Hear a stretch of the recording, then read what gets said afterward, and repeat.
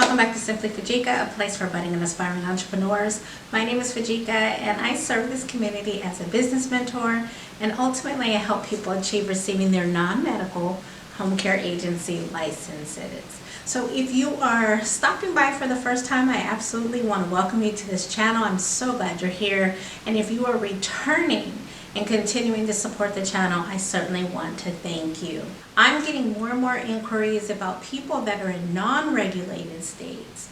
They're requesting that I help them stand up their business. And I see there's usually two schools of thought in this. People are like, wow, there's no regulations, I'm good to go. And then there's another group of people who find, oh, now that I don't have regulations, I really don't know in what way I should move. And so I felt like this is a good video to just have a general conversation in terms of, I am in a non-regulated state. How do I stand up my non-medical home care agency? So if that's a topic you would like to listen to, and I hope it is, then stay tuned. So the way that I formulated this video, I am going to just give you some practical suggestions in terms of structuring your business. All of the things like forming your business, naming your business, all of the branding, marketing, all of those things still apply, right? So this is more talking about what are some things specific to the fact that you're non-regulated that will help you still apply that structure that a lot of us want and need when starting our businesses. So based on that, I have put together 3 tips for us to discuss today. The first tip that I have for you is policies and procedures. Now, the reason why I wanted to start the video with this is because whether you're in a regulated state or a non-regulated state, your policies and procedures are still going to be the basis or the foundation of your home care.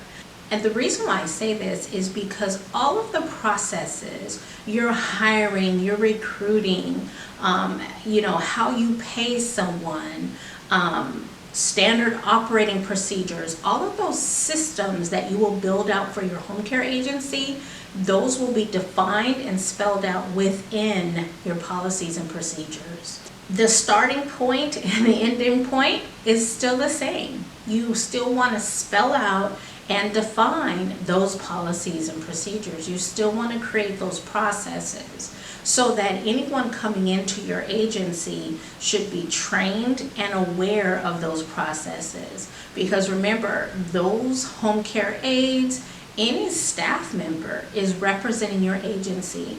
And with that being said, you want to make sure they are upholding the mission and the values that your agency stands for. So I want to talk about this a little bit. So what does that look like when you're onboarding somebody? Well, when you're onboarding somebody, there should be some type of orientation. And in that orientation, you are setting the tone for that relationship. You're welcoming them to the business. This is a high excitement time. So you're welcoming them to your agency.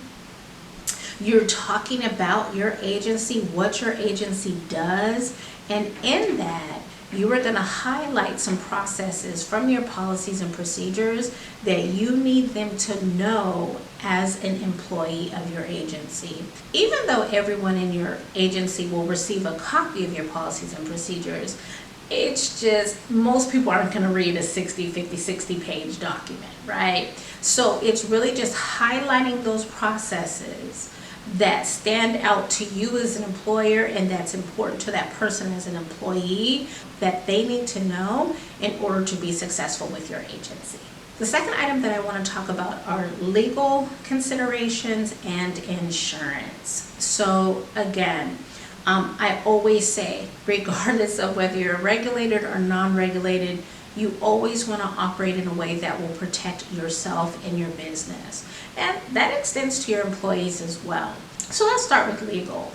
I encourage and I suggest that everyone who is a business owner is a part of some type of legal subscription, whether that's Legal Shield. I am hearing that LegalZoom has some type of subscription that you could be a part of.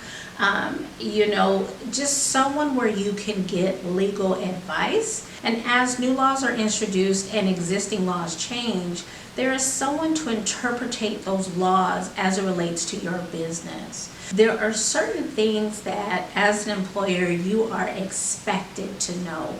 Wage is one of those things, okay? Employee management, which we're going to talk a little bit more about that in a moment, but how you manage your employees. What does discipline look like? If a person is no longer going to be working for you, what does that look like? So again, these are all things that someone that is practicing law would be able to assist you with. A lot of times that includes forms.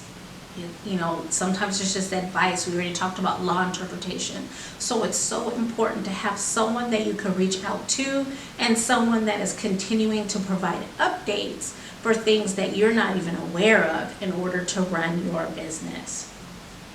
The second piece of this conversation is insurance. I recently did a video on this question, which is, you know, should I have insurance even though I'm in a non-regulated state? And I'll include that in the video description as a reference for you. But absolutely, you should have insurance.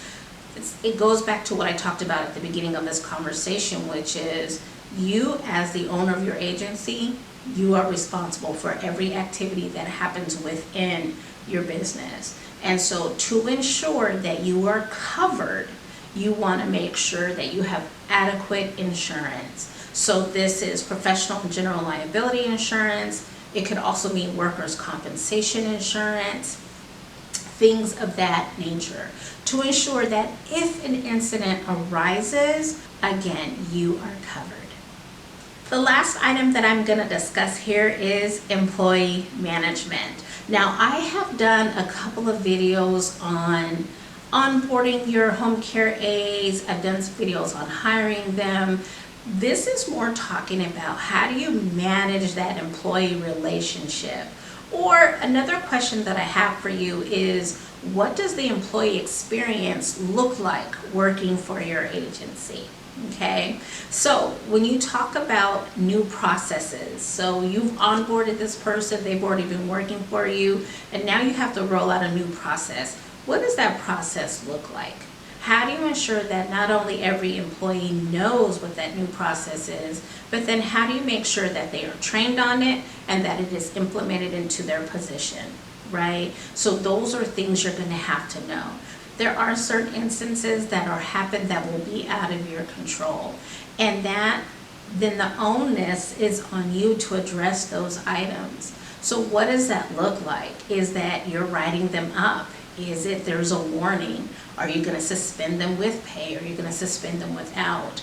These are the type of things that no one likes to manage, no one likes to do, but it is a part of business because you have to make sure that you address things as they come up, okay?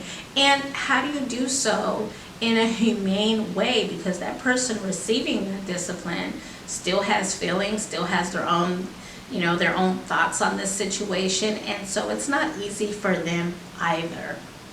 And so you always want to make sure that you are consistent and that you are fair, okay?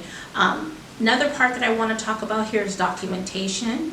Remember, we've all heard the old adage, if it's not documented, it didn't happen. So what system do you have in place to ensure that you are documenting any type of discipline, any type of conversation, any type of warning that may lead to something bigger later? A second consideration that I have under employee management is email management. And sometimes this could be a little bit difficult because unlike a desk environment or office environment, our employees are in the field. They're taking care of our clients.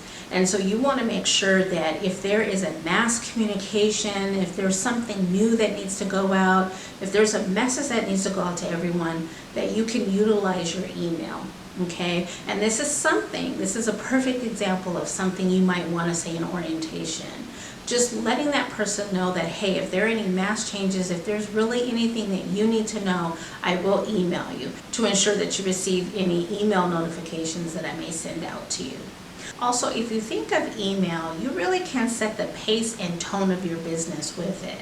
So if you're looking for items for follow-up, if you want to send out acknowledgement, if you want to send out recognition, it really can serve as a way to boost the morale of your employees. So remember, you set the tone, but that tone can be a positive one or not, depending on the messages that you're choosing to send to your employees. The last item I want to touch on for employee management is recognition.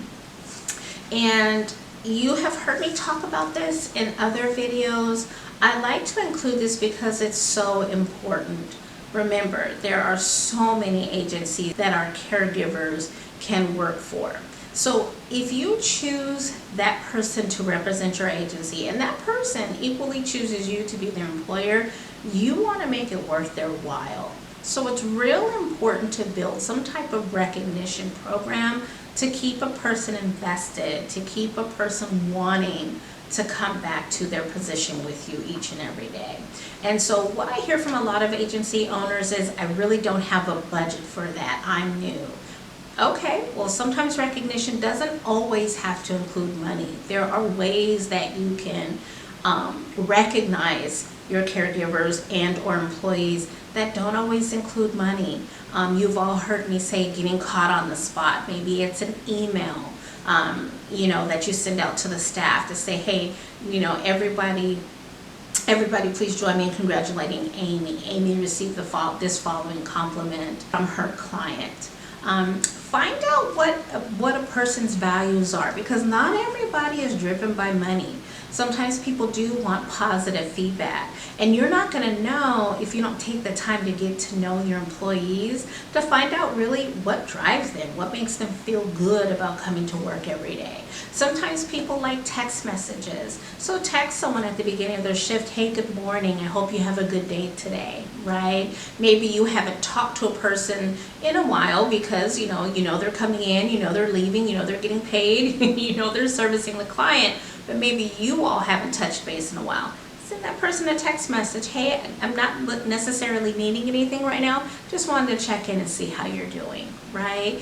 So just again, creating that relationship, creating the tone and pace for that relationship for a person to be completely bought in and sold on working for your agency.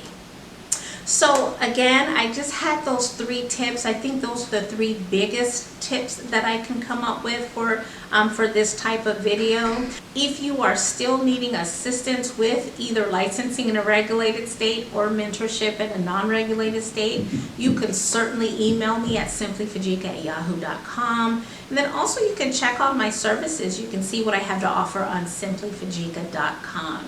So if you enjoyed today's content, I would appreciate you liking the video, subscribe to the channel, and then hit that bell notification so that you're notified each and every time I drop a new video. That's all I have for you all today. Stay blessed. I am so excited to share that I have published my first book, Goodnight Boo. Goodnight Boo is not only a dream come true, but it's essentially a love letter to my first child.